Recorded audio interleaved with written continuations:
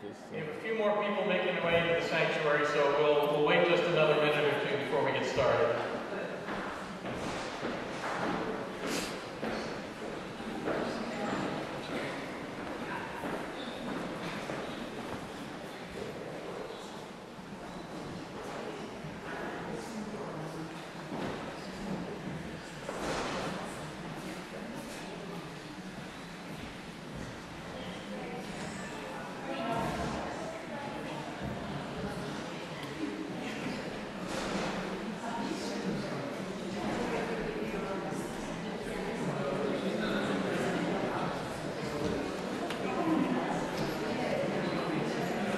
So I want to also extend my welcome to you for being here tonight. I'm Reverend Peter Friedrichs. I have the pleasure and the privilege of serving this congregation. And this art exhibit is something that we've been talking about since last November. And it is really a dream come true. Leroy Forney approached me back in November and said, hey, how about if we exhibit these portraits here? And our Occupy UUCDC team made it happen, so I want to extend my gratitude to the members of the team, specifically to Regina Pound and Martis Leeper. Martis is our Justice Ministry team leader, and to all of the members of the team that put this together. It's a wonderful event, and it's wonderful to see all of you here. So it was on my second visit to Occupy Philadelphia, and I was wandering around Delaware Plaza, and I came across this clutch of people who were standing and sitting in the plaza, and they were listening to a young man who was dressed in a business suit and had an American flag around his neck. And so I joined the group and I started to listen. And this young man was talking about money in politics. He was talking about the military-industrial complex. He was talking about the ravages of the banking system on our economy. He was talking about the scourge of foreclosures. And he was an amazingly articulate person. He was compelling in his arguments. And he stood in the middle of the plaza with no notes and spoke about, I joined in the group after he had started, so I don't know exactly how long he talked for, but I listened to him for probably 25 minutes, and I was incredibly impressed. And then about 3 days later, I was on the web looking at Occupy, different Occupy reports, news reports, and I was reading the Huffington Post. And there, someone had quoted this young man in the Huffington Post, and I was like, boy, I gotta get to know this guy. So, the next time I went down to Occupy Philly, I sought out Sheppard. Sheppard, I know Sheppard as Sheppard, not as Alex, and he knows me as Pastor Pete, not as Reverend Peter. We all have our names down there. And so Sheppard and I struck up a relationship that has continued to this day. And I am no less impressed by him than I was on that first day. Sheppard is a tremendously committed and articulate spokesperson for causes of Occupy and related to Occupy. And it is my great pleasure to introduce him to you tonight.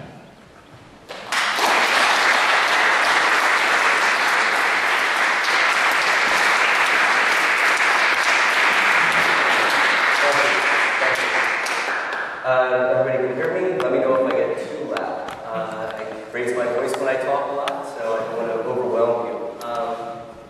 Thanks a lot to Pastor Pete. The sentiment is mutual. I've enjoyed every minute that we spent with each other and talking about the issues that our country is facing today. I want to thank the Unitarian Universalist Church of Delaware County for having me here today. It's an honor to be able to talk with you today. I know some of you already. I appreciate Pastor Pete inviting me, and Neil and Carol obviously encouraging me and moving me forward to come out here today. Because one of the things that I told myself is that I was going to get out and talk with more people about the Occupy movement. This is one of the first times, really, that I've been speaking to someone, or at least some people, that I most likely will see in the supermarket. from Delaware County. And it's difficult sometimes to engage people in a conversation about Occupy, especially when you've been involved in it as long as I have. But I told myself that I would extend my experiences and talk more to people who are not familiar with Occupy, because I believe we need to talk to each other and about what's happening in our country. And I think, our democracy and its survival depend on it. So I want you to please, be gentle with me. I do not do this that often, even though Pastor Pete gave me a raping review. But to start off in the beginning, I'd like to talk, to kind of follow along the lines of what Leroy did, is I want to explain who I am a little bit, so you get an understanding that it is more than just a rally that is camping down on City Hall. In my early 30s, I'm a father, married, father of a 3-year-old, 3 and a half, and a 1 and a half, 2 daughters. They are my life. And I work in healthcare down in Center City. I actually work a couple blocks from City Hall, which made it very convenient for me to come down to be encampment during the day. I started out before Occupy in a number of different organizations. I did philanthropy work, I did volunteer work through Fight the Tools, went into the coffee party, was involved in the coffee party for a little bit, and then move on down work. A lot of these organizations were an outlet for me because I needed the ability to find something that would allow me to create positive change in this country. I was upset with what I was seeing on a day-to-day basis, both locally and nationally. And this is a personality trait, it's kind of important that I can't sit by and watch things go on when I feel like I have the power and the ability to do something to change things for the better. It's something that's always been a part of me.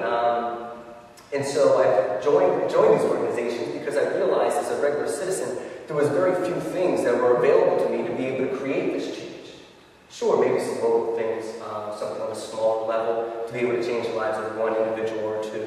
But on a national side, I wanted to be able to change the lives of many people, as many as I could. I have a master's in public health, undergraduate business, master's in public health. And public health teaches us to find the root cause of the problem. A very common story for public health, to explain what public health is about, is, let's say 3 of us are walking along a river. Beautiful day. Next thing you know, one of us sees a baby floating down the river. That person jumps in and saves the baby. Obviously that's to be the first thing you ever do, right? You don't want, baby to drown. Grabs the baby, comes out of the water. Oh, thank God. See another baby come down there. Second person jumps in, saves the baby. Well, me being the public health person says, well, instead of jumping in and saving babies, let's go up the river and see who's throwing babies in.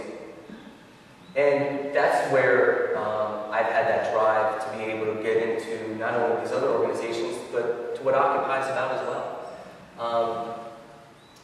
I started out watching a lot of what I saw at Occupy Wall Street. I saw it as a major change, a catalyst to a lot of the anger that I see in this country. There was a lot of people that are obviously upset with what's going on and are trying to look for an outlet just like I was. So I started watching it, getting an understanding of it, enjoying the engagement and use of our constitutional rights of free speech and right to assemble. And when I saw the call to Occupy Philadelphia for a planning meeting, I was there the first day at the United Methodist Church on Arch Street. And it was amazing. The church was filled. I went to another meeting, a pre-meeting, planning and basically doing what I do best, which is basically trying to create as much detail and outline form as I can to help the flow, because the first meeting was very chaotic. We have many people here. Nobody's met anybody. Sure, there may have been a handful of people that knew each other, but you're talking about anywhere from probably a couple hundred people that have never met each other in their lives, talking about doing something that people have never done before. And if you think about it that way, it's quite amazing that it actually achieved what it was able to achieve, and it's still achieving. So they had the following meeting. I was not able to make it, and as you'll realize as I go on with my story about the history of my history of Occupy is I go home every night. I made time during my work day to be able to go down to the encampment and volunteer and help out in different working groups. You know, even just in general, what can I do throughout the afternoon when I didn't have meetings or when I didn't have a deadline. And every once in a while I would stay, you know, after work to maybe participate in a couple of meetings, but that would probably be maybe once a week. I've only been to General Assemblies, which is the main activity of the Occupy movement, if you're not familiar. A couple of, maybe about, I don't know, half a dozen of them since it started. And you may say, well, you know, does that really make me an occupier? And I've asked that question a lot, and people say yes. And the reason being is because I would never, my master's thesis in public health was on fatherhood and fatherhood organizations. And I absolutely will not sacrifice the time I have with my children for anything. But that has always been a conflict, trust me, from the very beginning.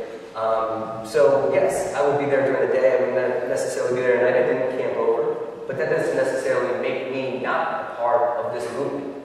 And to be honest with you, those of you who have come down only 3 or 4 times, just because you've only been there 3 or 4 times, it does not make you a part of that movement. From there, basically, I took the day off when we decided to go to set up the encampment. And it was an amazing experience. You literally are walking in with massive amounts of people. I think there was a few hundred people that showed up that day, if not more. I'm very bad with people now. And we talked about the where, we talked about the when, but we never really had time to talk about the how. So you're having multiple hundreds of people congregating on City Hall, never actually talking about how we do this. And this direct action, this use of our constitutional rights to free speech and to assembly. It was an amazing experience, from meeting different people to people just coming together and saying, hey, where's the need? What do we need to do? Who's doing this? Who's doing that? Coming together and working together without any prior relationship or understanding of where they came from. It was an openness that I've never experienced before, where you have the opportunity to just say, all right, we're here to create change. What do we do now? And people throwing out ideas and engaging in those ideas, creating them, collaborating, and then making reality of them. And that's something that I don't get a chance to do in my workday, only probably a couple times. We get a lot of status quo in our lives, and to see somebody people actually willing to listen and to engage openly without really arguing was just an amazing experience. You had a lot of peace, a lot of understanding of where people are, and consideration of other people's ideas. You had libertarians, you had anarchists, you had conservatives and progressives, all different walks of life, homeless, people like myself that have jobs, people that were unemployed. As Leroy's pictures represent, those people in their 60s to those people just getting out of high school and just coming together and creating this. And not only was it a chance to be able to physically and visually demonstrate our, not just anger, but confusion and the power and this ability to demonstrate our power in what we could do as Americans, as regular citizens, but also the fact that it created this community out of nothing, thin air. And I say this to a lot of people as one of the greatest values that I had coming out to the Occupy was the fact that a lot of people, there was a majority of people that were unemployed and underemployed or homeless. But what the encampment did was it gave them a purpose. And it showed them, regardless of what type of training or background they had an opportunity to engage in multiple things. You had a homeless man, ex-military vet, only had dabbled in computers, running the tech tent. You had a homeless man that was struggling to find a house, find community in the safety working group, and to protect the encampment. You had people that were unemployed that just, in this economic environment have felt abandoned, have felt useless, because they can't find a job, they can't find an opportunity that allows them just to be doing something. And this gave them an opportunity to really feel valuable and know that if they were just given a chance, they could be able to do anything as long as they were encouraged. And that was a great thing, that was a wonderful thing to experience. I'm trying to make sure I can talk about this forever, so I want to try to get as much as I can. So needless to say, the Occupy movement stemmed a lot out of what Occupy Wall Street had done. Occupy Philly had regurgitated a lot of what they had developed, which was the democratic process, direct democracy, which is a consensus process that involves engaging everybody in a larger forum of discussion and decision-making. So that General Assembly occurred every night, and was actually our decision-making body, where there's a lot of rules. I won't get into that process, but it was something that I had no experience in dealing with. And it is a cumbersome and sometimes very frustrating process, but so is dealing with people. So is engaging people with different backgrounds and different ideas and perspectives. And that was one thing that it gave a lot of people involved in that process understanding for it. They've had their hiccups, throughout the process. There's always going to be difficulties in dealing with personalities and dealing with people with difference of opinions and different ideas. One of the things that allowed everybody, even if it's not the most perfect system, is to be able to respect each other's opinions. And now even though they have, they're trying to continually deal with this process, the fact that they were engaging each other is the value. The fact that there was not a top-down structure, that everybody was equal in working with each other, gave a lot of us the ability to listen as well as speak. And that, for me, a person who likes to talk a lot, was an awakening to a certain extent as well. Let's see, so one of the things I also thought that value of Occupy was that it gave a location for people to go to that wanted to be able to speak about their causes. It's why I pretty much went down there, is because a lot of my friends, they're not interested in this. They're not interested in Occupy. I talked with them about it, but they were never down there. I walked in with one other person I know. That's because, in your 30s, as you probably well know, you're very busy with trying to, keep your head above water and just live your life. That's understandable. I don't have any problem with that.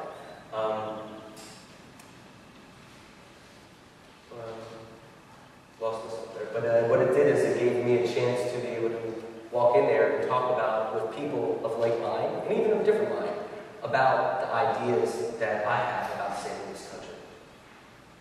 And it was great to hear everybody else's perspective, their own causes, their own issues. It gave a place and a base for a lot of people that wanted to protest again, who wanted to get into the streets, who wanted to rally, who wanted to even just talk and engage people on how we can change this country for the better. It gave multiple people that didn't have an outlet like I didn't have an outlet, that were searching for something to be able to, and some people to be able to talk to and feel like you're not lost, that you're not the only one that sees a problem in this country and wants to do something about it. It gave not only me, but everybody an opportunity to do that. And that's why I think that camping was so beneficial. Now, some people feel that, well, why camping? Well, why not? The physical presence of it gave it substance. It gave it reality. And to be honest with you, it gave those that aren't doing anything about it something they couldn't ignore. Now, a lot of people say, well, camping, it caused problems, it did this, it did that. Well, and it's not really free speech. Well, is money free speech? Well, according to the Supreme Court, it is. And so if money can reach free speech, then why can't camping? Why can't a number of different things, whether it be an unfortunate situation, burning the flag, or whether it be just speaking in a public forum. These are all forms of speech. And to be honest with you, once you start to try to restrict a form of speech, I find it's a slippery slope. And the fact that we were able to, at the Occupy, have something organically created out of nothing that demonstrated that ability as American citizens to be able to speak our mind and to be able to say what we saw wrong with this country was an opportunity that was just something that is amazing. And It's something that I think is going to be a historical event that's going to continue on, because I don't think it's over. Even though a lot of the media may want you to believe that. Through the encampment to the point where we were evicted, which was an unfortunate situation, we picked a location that really did have something upcoming. And that didn't play well when it comes to a potential strategy that I think we should have had. But I don't really harp on it. During the winter, a lot of the people that were very committed tried to stay with working groups that they were with. If you're not familiar with the structure of Occupy, we all had working groups, basically little committees that would focus on specific issues. Like, I've been on a number of working groups, like Outreach, the Interfaith Working Group, which Pastor Pete and a number of others here at the church are involved in, as well as the financial oversight, and I'm trying to think, a couple others, procurement, and just all around go-to guy on camping stuff. But we've carried on those. We just did an action on April 1st, which was Occupy celebrating Holy Week in Passover, where we had multiple different organizations speaking to their cause, whether it be the New Sanctuary movement or Fight for Philly, focusing on budget cuts to our education system, whether it be Harvey from Harvey's Homeless Tour, which was just a wonderful thing that was created out of the Occupy Philadelphia movement, where he actually took people that had never experienced what homelessness is about to where homelessness lives and show them the reality of homelessness and give them a better perspective, because it's more than just the guy asking you for change on the corner. To myself talking about getting money out of politics.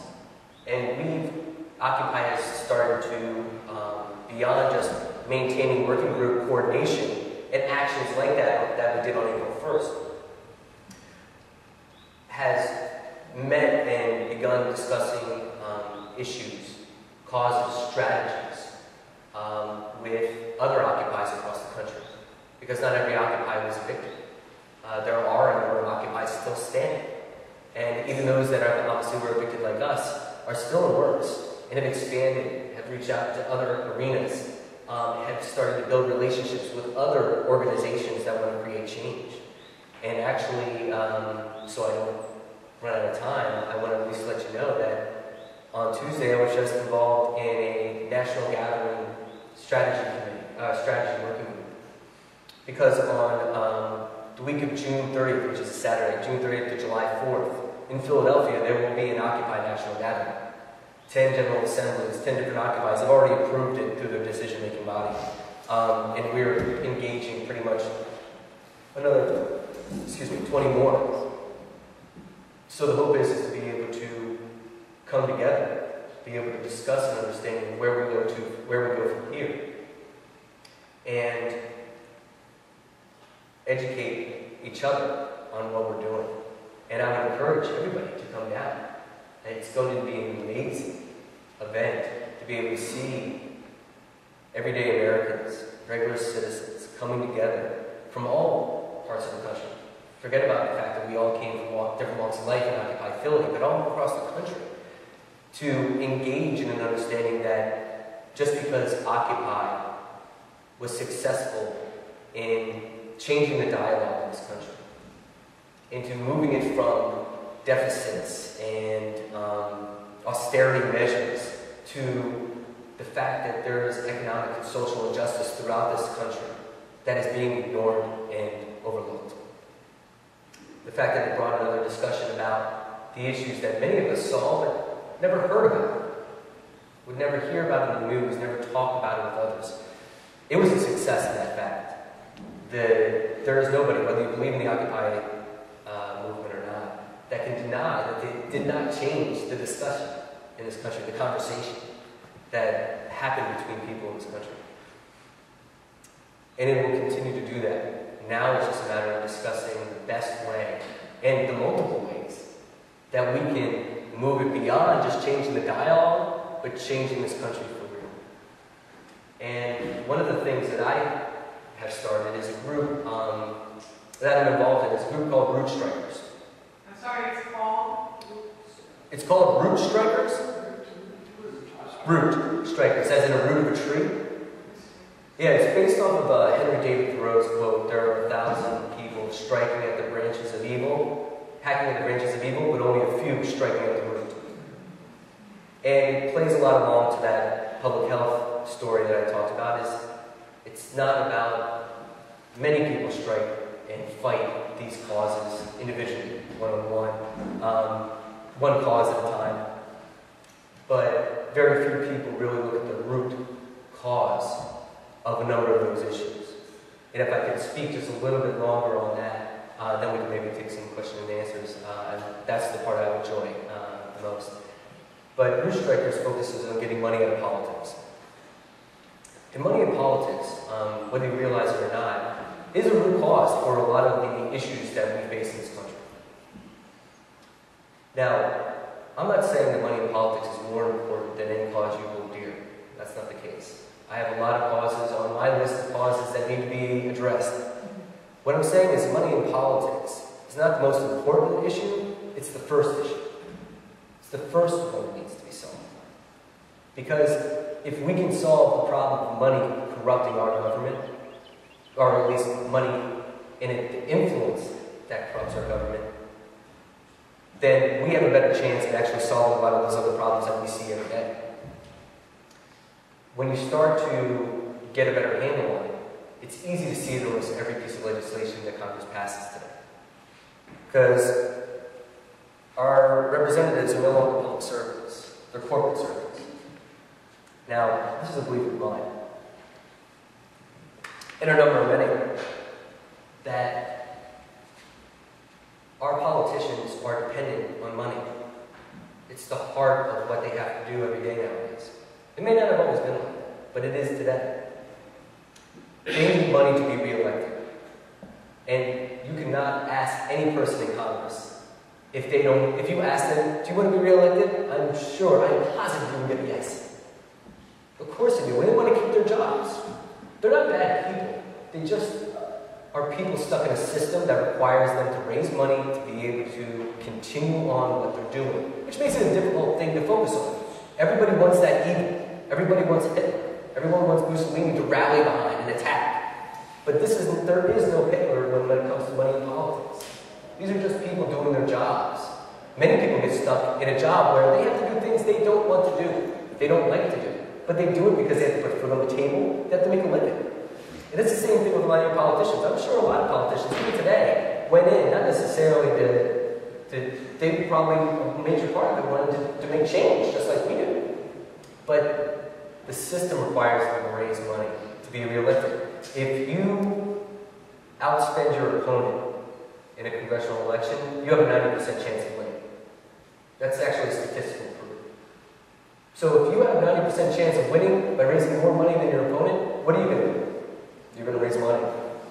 Now, the only way to raise money is to go to wealthy donors or corporations. So even though this is not a quid pro quo corruption, it's still a dependency on those people that are giving you money. And so as a result, that dependency then influences how you may or may not vote on a specific piece of legislation. Not because they asked you to, because you know that if you vote on this, there may not be money coming in the next day. Not only that, but this shapes everything our politicians are doing on a daily basis. Politicians on a range spend anywhere from 30 to 70% raising money. 30 to 70% of their day raising money, depending on the congressman, depending on the representative. They spend an average, I think, it's something like 8 to 20% on the floor of the Capitol. Now, if that attention is being taken away from the actual job that we think that they're supposed to be doing, that's another problem. And then the third really component about money in politics, just to try to agree, is the fact that 70-80% of Americans believe that money buys results in Congress. And I don't know who believes that that's the case here today. If you believe money buys results in Congress, does that influence your trust in Congress? there's a 10% approval rating, give or take, of Americans out of entire America, 10% of us actually like what Congress is doing in the direction they're heading. That's lower percent approval rating than what the British Royal Crown had during the Revolutionary War. There was more people, more colonialists that liked England than like Congress today. And that trust makes us, unfortunately, not want to be part of the system. It makes us apathetic. It makes us feel that we're only voting for the lesser of two evils. And the unfortunate part is that this is not a Democrat or Republican problem, even though you may want to believe that. And I know some people really want to believe that, but it's not. Both parties are beholden to their financial donors. And this is a problem that both conservatives and progressives, Democrats, Republicans, libertarians, and anarchists can get behind. Because the reality is that if you take money out of this system, then politicians really, to get reelected, have to rely on you, your votes, and your ideas, and the ideas that they try to run. And in my personal opinion is that that's truly what the Founding Fathers wanted our country to be, was beholden to the people alone, not to those people that obviously fund our politicians' campaigns. And so every Wednesday night at 7 p.m. at the Friends Center in Center City, we meet to discuss on what strategies and actions we can do to get money out of politics. And the Occupy movement has started to become more engaged in this concept every day. I was just in Washington, D.C. at a conference about getting money out of politics with about, 100 people from different areas, the D.C. majority, trying to talk about how we can get money out of politics, whether it be Root Strikers or Public Citizen or Common Cause. There's numerous ones that are really trying to focus on it, whether that be money out of politics or ending corporate personhood. There are two sides of the same coin. So I would encourage you, one, to go to rootstrikers.org and check it out. Or talk to Carol. She comes to my meetings every week, and I love it for her. And see about how you can participate. Because what we're talking about is not just taking the streets or camping. We're trying to talk about what we as everyday citizens can do within the limited time that we have available. And trust me, I have 2 young children, a wife that needs me desperately, and a job that sucks a lot of my time as well. Yet, I try to make the time that's available to this cause because I know it's not only going to benefit me, but it's going to benefit my children. Because then they will have their country, once again. And the worst part is that if we don't do something now, every piece of legislation that goes through the pipe is lined with additional things that benefit corporations and the wealthy and are not necessarily beneficial to us. Look at every piece of legislation. Go ahead and take a look at whatever you make good, whether it be health care, with the fact that we've given tons of money to insurance companies, and the fact that they're going to the Supreme Court, the fact that it's unconstitutional to mandate that you take health insurance. Well, one way to avoid that would have been a universal health care policy, to have the one-payer option and a single-payer option. But that was taken off the table because then the insurance companies went back the bill. Because if you have a universal health care, if you have a one-payer system, they lose customers. And the bill was crafted to give insurance companies as much advantage as possible so they wouldn't come at it like they did during the Clinton administration. The financial bill, the Dodd-Frank Act, same way. It was watered down. It may have been a bill that did some things, but we are no better now. Actually, we're worse than what we were before 2008 recession started. They are still trading on derivatives. It is still unregulated, and it is getting bigger and bigger each year. And so the fact is that many people may think that this legislation has done something, but it hasn't. And it'll continue to happen, bill after bill, until we can do something about it. And it'll take all of us. So please join me. I would love to have you. And thank you for the time.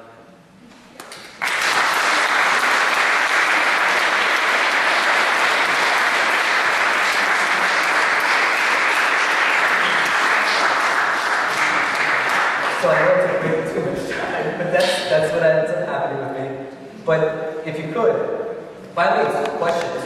I would love to engage you a little bit more on what you have to ask me. Yes? There's a microphone.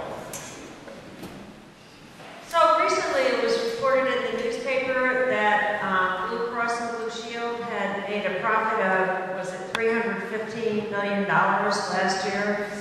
What's your feeling about, as a healthcare professional, trying to see that all healthcare companies were nonprofit? Would that have any impact at all on legislation for healthcare? Oh, that's a good question.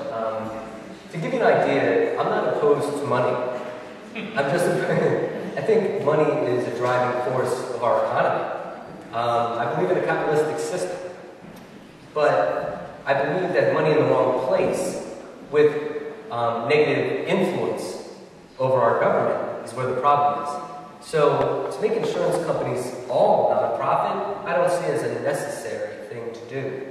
Health insurance, you can have private and public health insurance in the same arena. That's sometimes the problem with a lot of these solutions, is that people feel it has to be an all or nothing, one side or the other.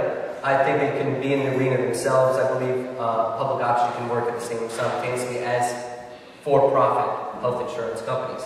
Now, the profit that they use, that $350 million, when they utilize a fair bit of that profits to influence our legislation to continue to get the profit, considering that the potential for investing in lobbyists, investing in influencing Congress, there's a 22,000% return. If you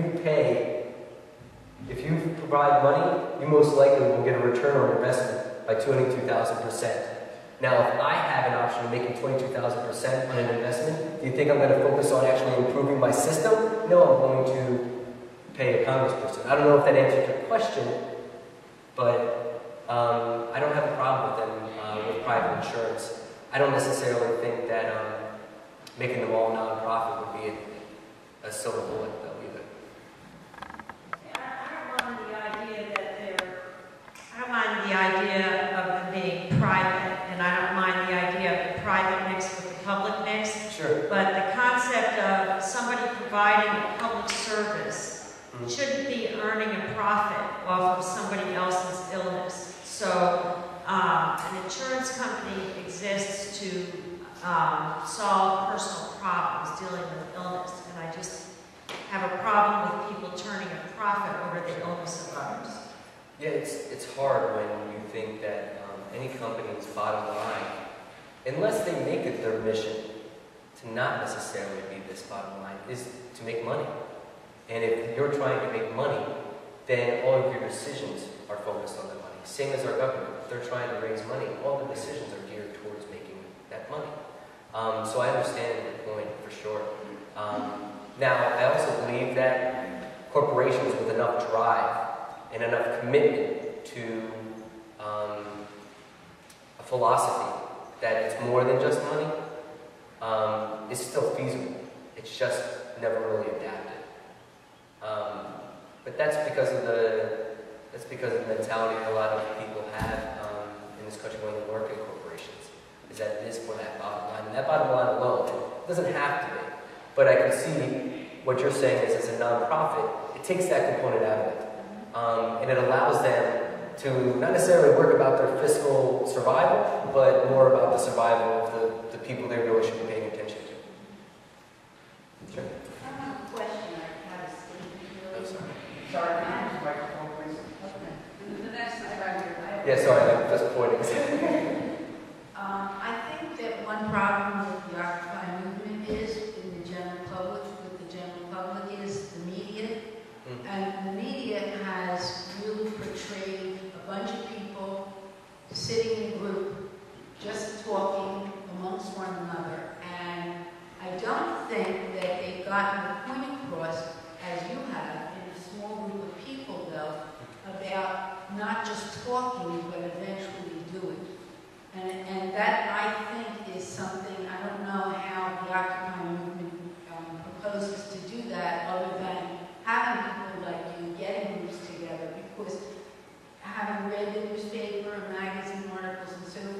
not think that most of the general public, including myself, had really an understanding of, so where are you going to go from here? Sure. So you all sat there, the police made you leave, took some, photographs or whatever, and then now what? Sure. And I think that's a big issue, and somehow I think that you need, what do I want to say, like public relations people. I do, I really do, to somehow get on TV or do something if you really want people to understand that you're not just a group that's going to sit on the ground and have a camp and whatever, and that and give examples the way you gave examples of what the next step is. Sure. Like a 2020 kind of, that kind of thing. Sure. I mean, there's multiple caveats to that, obviously. Number one would be a matter of a request for patience. We're talking about a movement that has only been 6 months old. I know in this day and age, everything moves a lot faster than it used to. But 6 months is almost a millisecond in the overall history. When you compare it to a lot of other major movements that this country's experienced, it's the beginning only. You're correct, except for the fact that I think that people are turned off. That if you don't get people initially, a lot of times, once they're turned off by something, they don't listen after that, and that's part of the problem. I am one of those people. That's okay. I am one of those people. I'm a good friend of Regina's, and I really had no idea why are these people all sitting there and doing this. Sure. And I listened to you, and you made sense to me. Yeah. And, don't get me wrong, I'm very natural at doing this. But also the hard part is you have a media conglomerate that is not necessarily interested in preaching this message because it hurts them as much as it hurts a lot of other corporations. Money-wise. Exactly. Not only that, not only just from their own ability to influence legislation, but the fact is that the reason why elections cost so much money is the fact that TV is involved. And the ads that they're getting are being funded hand over fist. It's a windfall for them in election time. So yes, they are not interested in publicizing this or publicizing it in the best light. So for every person that you see kind of babbling on the news, there's probably 2 or 3 others, maybe more, that are as articulate as I am on a specific issue or multiple issues. And the real part is that you'll never know until you go down and engage yourself. Because while I may look different than the occupiers, I am really no different. We are all people, and we all really care about making this country better for not only our lives, but for the other generations. It's just a matter of how. And when it comes to trying to set up something, I do ask for your patience again, because as we develop, it will get bigger, and it will get more concrete. Hold on a second. Okay, I have the microphone, so I'm going to speak as I take it to the next person. But Sheppard made an important point earlier during his talk, saying that the Occupy movement was successful in changing the conversation in the nation, and that is huge. And that's something that the media is completely ignored. We wouldn't be here if the Occupy hadn't happened. This is at a small level. But it's amazing to think of what may have happened if the conversation had continued last fall to be focused on the debt crisis of all things. And so there was a big change in the conversation, not only among the media nationally, but people in general started talking about what's going on in society, just amongst each other. And that was important too. People think about things in a different way. I know a year ago I wouldn't have believed that I'd be standing here talking with you during a Flyers playoff game. But here I am, and that's what I was here to do. First of all, thanks for being here tonight. Thanks for doing what you do. I had a more personal question for you. You've been doing this since October now, and you've got a full-time job, family, your wife, kids, mom and dad. I assume you're not wealthy. No. So there's lot of stress and strain here on you, not much time. I just wondering how you're holding up through all this. What's that? How are you holding up? I'm good. You know what? Root Strikers was started by a man named Lawrence Lessig. He wrote a book called Republic Lost. If you're interested in getting money out of politics, I recommend you read. I recommend you pick up the book tomorrow. Republic Lost explains it very well and very easily. He talks about how, what would you do if your child had cancer? What would you do with what? Your child had cancer. Would you give up? Would you do everything you could to save your child? And that's what I think about what we're doing today. Is even though this country has a cancer, I'm not going to give up on it. I can't. And so, while it may be a little bit exhausting to drive down to Washington, D.C. at like 6 in the morning, and then leave again at 3 because my wife just found out she had strep throat and I got to take care of the kids, it's worth it. You have to dig deep and find the well. And I have no problem with that. I also have a little bit of positive energy that I always have had. So I get a little bit of an advantage, I guess, from something. I'm an observer from afar. I have a couple of questions. Sure. I'm wondering, does the movement, the Occupy, does the Occupy movement contemplate trying to match the Tea Party people in getting more involved in the political process? I'm curious as to whether you have any plans, concrete plans, for a role in the upcoming presidential elections. When you talk about a role, it could be anything, right? When you talk about engaging in the political system, the electoral system, I wouldn't see it. There's too many people that are apathetic and just tired of the system that they see that does not represent them. Whether that's because they see the money in politics or just see the fact that it doesn't make a difference what they say, government's not listening. But with the Root Strikers, what we've talked a lot about is engaging the system from more of a grassroots perspective.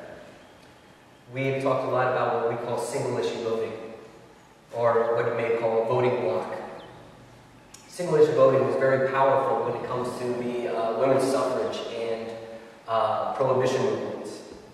It only took, if you think about it, I'll try to be brief, but this is something to think about. I think 60-70% of the country at the time of prohibition, the amendment, constitutional amendment was passed, drank. 60% of the country drank. And 90% of Congress did. And yet they passed an amendment that outlawed drinking.